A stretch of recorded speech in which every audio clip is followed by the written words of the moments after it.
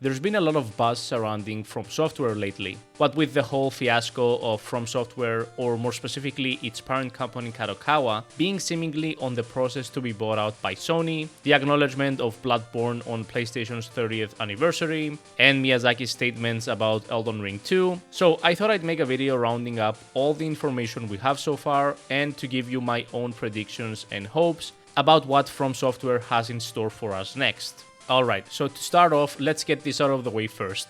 Elden Ring 2, it's not happening. At least not anytime soon. Hidetaka Miyazaki, the director of FromSoftware himself, has gone on the record saying, quote, "At this stage, we are not thinking of developing something like Elden Ring 2.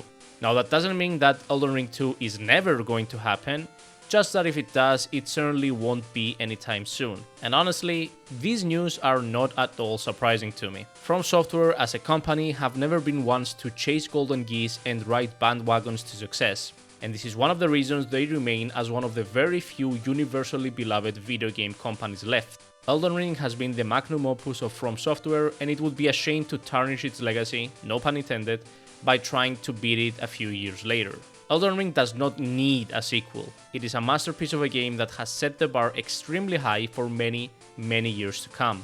Now, do I think that FromSoftware will eventually make a new open world game to rival or surpass Elden Ring? Yes, I do. It makes every financial sense to do so. But I truly believe that this will come at a much later time. For now, Miyazaki can enjoy the fruits of his labor with Elden Ring. Now, while we're at it, let's also have a pass at another sequel I think is never going to happen, Dark Souls 4. This hits a bit harder since the Dark Souls trilogy is what has put FromSoftware on the map as a great game company. Yes, Elden Ring was the game that pushed FromSoftware to the mainstream, but the Dark Souls games were the ones that made FromSoftware and the Souls-like genre what they are. The reason why I don't think a Dark Souls 4 will ever come is simply because there's no need for it. Narratively speaking, the Dark Souls trilogy wraps up the lore of Dark Souls just fine. At its core, Dark Souls is a game about cycles. How nature, the world, the universe, whatever you want to call it, has its course. The Dark Souls trilogy is an interpretation of what happens when someone interferes with the natural course of history because they're being a little bitch. A Dark Souls 4 has very little to offer in that narrative since it's already been covered. Now, I absolutely think that FromSoftware will continue the Soulsborne legacy. After all, it's their bread and butter as a company, but I don't think this continuation means a Dark Souls 4. Sorry guys, it hurts me as much as it does you. Now let's switch gears from a sequel I don't think is coming to one I think is almost inevitable, Sekiro 2. Now, why would I think Sekiro 2 is inevitable even though we've literally seen no hints or announcements that point to it? Well, let's take a look at the facts. First of all, Sekiro is a unique experience from the other Souls games, but still close enough to be muddled together with them. In my eyes, this means that Sekiro sits in the Goldilocks zone for FromSoftware.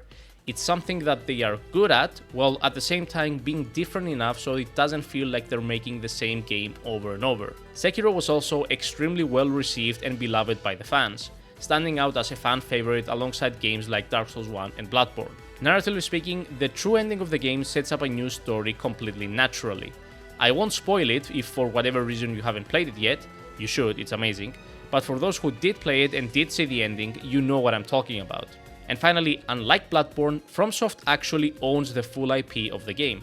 The game might have been published by Activision, but FromSoftware has full ownership of the IP, meaning they have full freedom if they want to create a sequel. And I think it makes perfect sense for them to do so, given the success of the previous one as well as all the points I mentioned above. Now, I've seen people on Reddit and other forums saying that it's been too long without Sekiro news, and assuming that because enough time has passed without any news, that this automatically means that there's never going to be a sequel.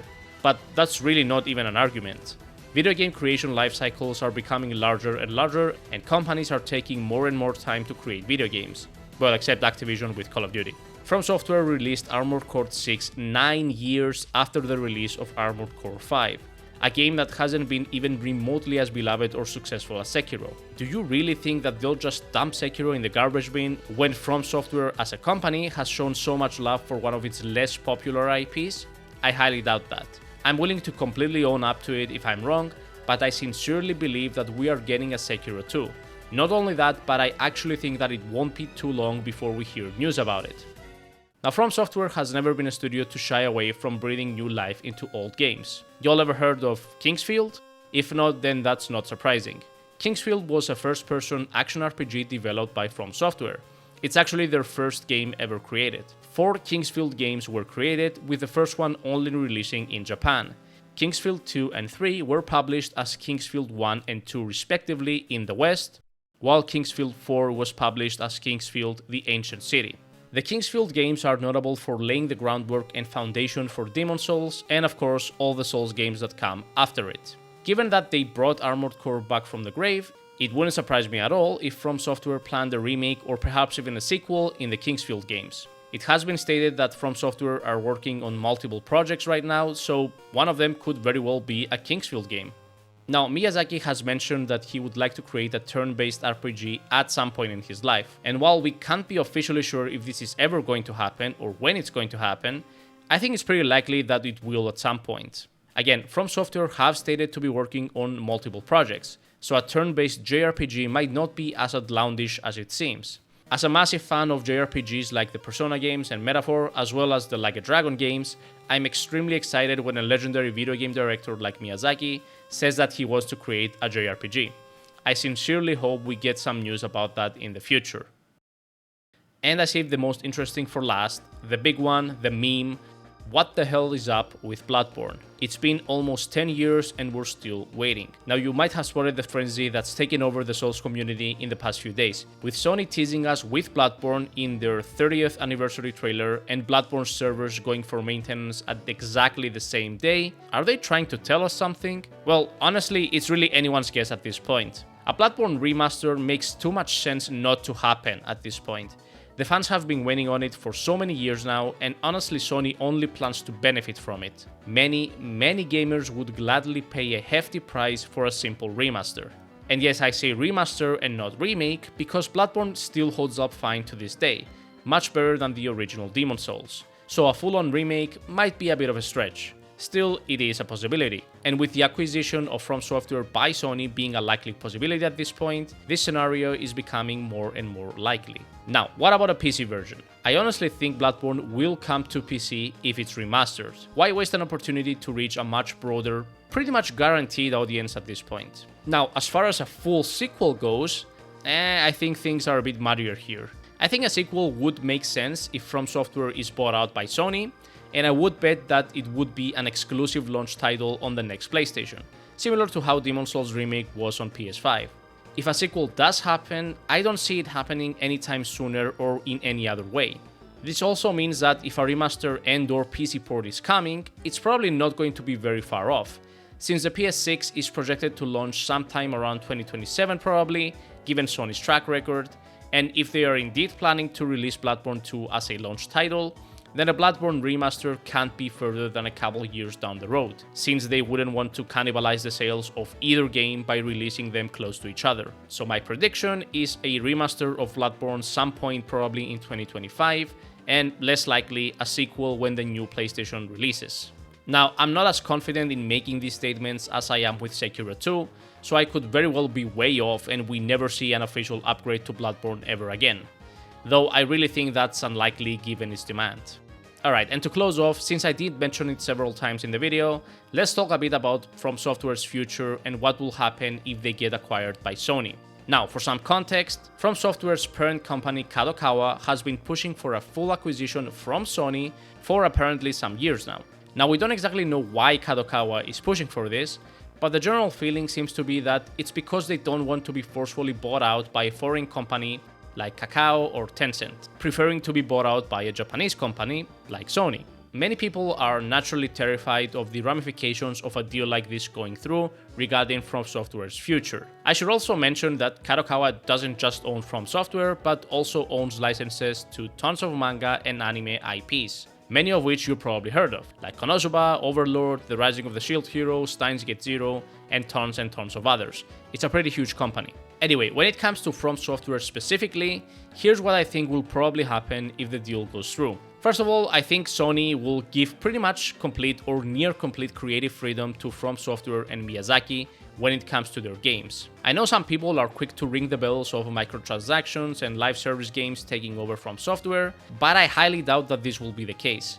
Say what you want about Sony as a company, but they've never had problems giving their studios creative freedom to make great games. Remember that we have games like the modern God of War games, the modern Spider-Man games, Last of Us, Uncharted, oh, and Bloodborne, by the way. So I highly doubt that they would sink one of gaming's most beloved companies into the depths of mistrust just for a few dollar signs in their eyes. They have other companies they can use to make these sorts of games. Now, with true exclusivity becoming more and more rare nowadays, since a lot of PlayStation exclusives are coming to PC, I think we're most likely going to be seeing a lot of semi-exclusivity. That is, some of FromSoftware's titles will probably be releasing on the PlayStation first, then coming to other platforms a couple years later. I don't think Sony will manage to get full exclusivity for all FromSoftware's titles, nor do I think they'll be Boy Scouts and just allow all games on all platforms. I can still see some games releasing on all platforms on day one, but some of them will almost inevitably be gated for some time. And that's my 2 cents regarding the future of FromSoftware. If you're worried that Sony will ruin FromSoftware, I really don't think this is likely.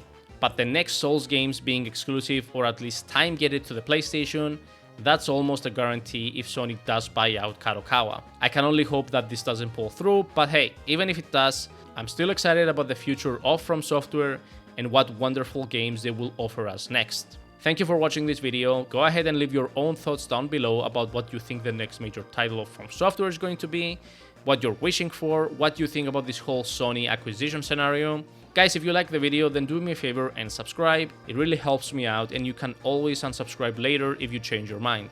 I'll see you in the next one. Peace.